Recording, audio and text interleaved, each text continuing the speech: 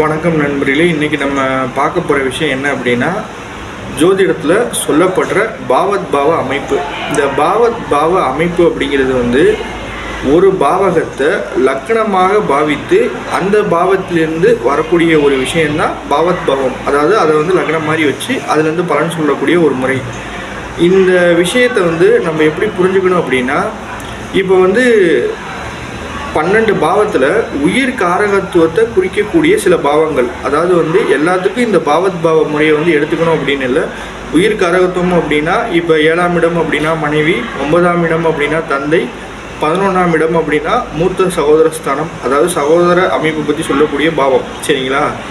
இந்த மாதிரி விஷயங்களுக்கு அந்த பாவாதிபதி எந்த இடத்துல போய் உட்காந்துருக்காரு, அதை வந்து நம்ம லக்னத்தை பார்க்காம அந்த பாவத்துலேருந்து பலன் வந்து சொல்கிற ஒரு முறை தான் பாவத் பாவ அமைப்பு. இதை வந்து நான் என்னோட முன்னாடி வீடியோ பதிவிலே வந்து சொல்லியிருப்பேன். இதை வந்து எப்படி சொல்லியிருப்பேன் அப்படின்னா, இப்போ வந்து ஒரு பாவாதிபதி வந்து லக்னத்தில் இருந்தும் அந்த பாவத்தில் இருந்தும் மறைஞ்சிட்டார் அப்படின்னா அதோட பலன் அப்படிங்கிறது வந்து பெருசாக இருக்காது அப்படிங்கிற மாதிரி. சரிங்களா? இப்போ இந்த பாவத் பாவ அமைப்பை வந்து எப்படி வந்து புரிஞ்சுக்கிறது அப்படின்னா, இது வந்து ஒரு 70% அப்படிங்கிறது வந்து பொருந்தும். சரிங்களா? ஏன் அப்படின்னா, லக்ன அமைப்புல இருந்தும் நம்ம வந்து பார்த்தா மட்டும்தான் அந்த பலன் அப்படிங்கிறத வந்து உறுதி பண்ண முடியும். இந்த பாவத் பாவ அமைப்பு அப்படிங்கிறது வந்து ஒரு தோராயமான ஒரு முறை தான்.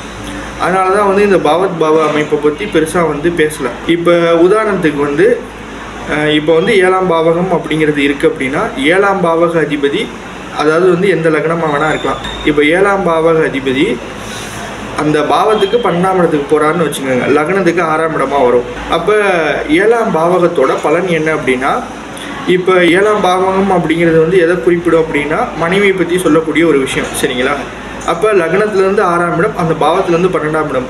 அப்போ இதோட பலனை வந்து எப்படி புரிஞ்சுக்கணும் அப்படின்னா, மனைவி வந்து உடல் ரீதியாக சில பிரச்சனைகளோடு வந்து இருப்பாங்க. அதாவது உடல் உபாதை அப்படிங்கிறது வந்து அவங்களுக்கு வந்து ஏற்படும்.